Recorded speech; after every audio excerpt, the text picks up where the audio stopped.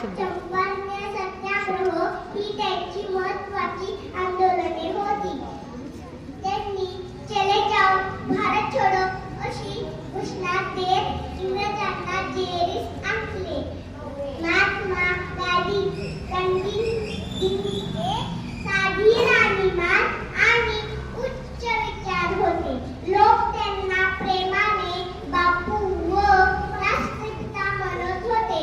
त्यांनी जगाला अहिंसेची शिकवण दिल्याने त्यांचा जन्मदिन जगभर आंतरराष्ट्रीय अहिंसा दिन म्हणून साजरा केला जातो. दुर्दैवाने 30 जानेवारी 1948 रोजी महात्मा गांधीजींनी अखेरचा श्वास घेतला. अशा या